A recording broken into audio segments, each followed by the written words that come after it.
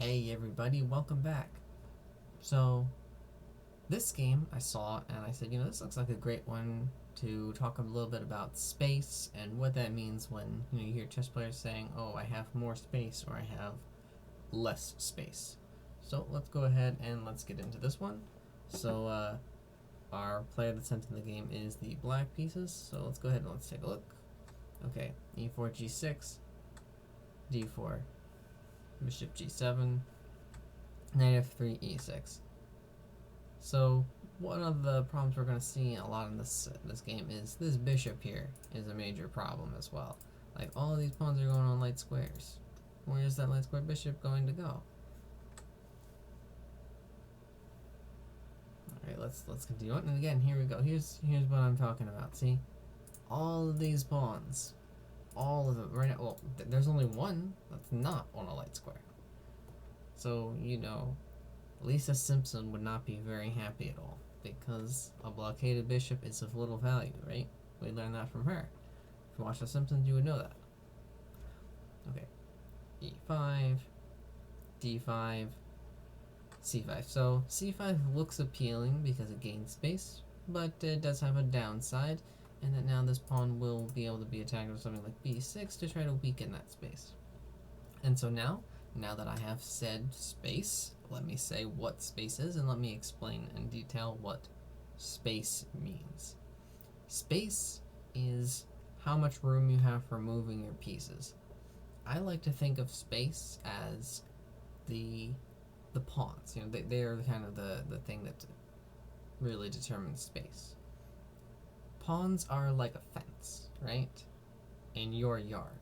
The more you march your pawns along, that's kind of like you extending the fence that is your yard, right? And obviously you want to have a bigger yard, you want to have more room, and so that's what you want to do. You want to be building. Some people like to play with lots of space. Some people, have trouble defending the space, and they can feel that sometimes it's difficult to defend against breakouts and things like that. But most players, at least the ones that I know of, like playing with a space advantage. They think that it's a very, very good advantage to be able to have more space to move their pieces around. Okay, let's continue on. c5, knight e7, bishop d3, avoid a hassle, always castle, bishop d2, b6, here we go. We're starting to weaken the center and attack the space. And that's what you should be doing when you're down on space. You should be trying to remove the space, right? Try to weaken the advanced pawns.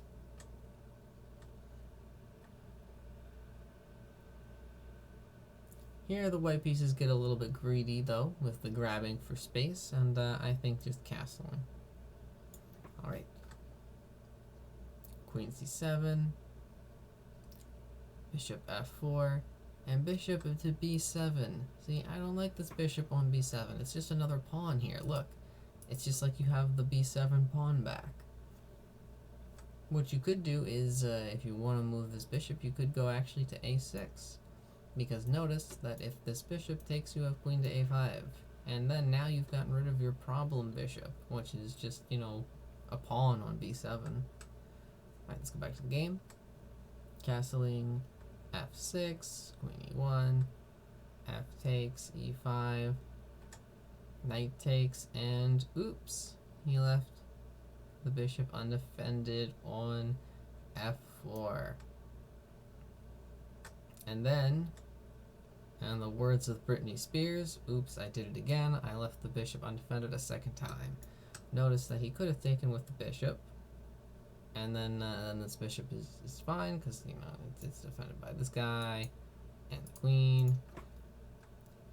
But, after d takes, e5, rook takes, queen e3, and now the black pieces are just up plenty of material, and so the game ends after knight to f3. So, yeah. It was really nice that this game got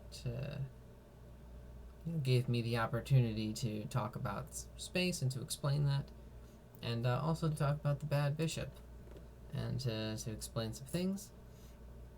But in the end, what really helped is the tactical awareness of noticing that a piece was undefended, and then, or I guess maybe your opponent's tactical unawareness of noticing or not noticing that his bishop was undefended.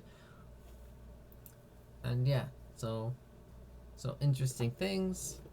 And so thanks for sending this game in. So I really liked it because I finally got a chance to really talk about what space is. So yeah, so great game. Thanks for sending this one in, and see you later.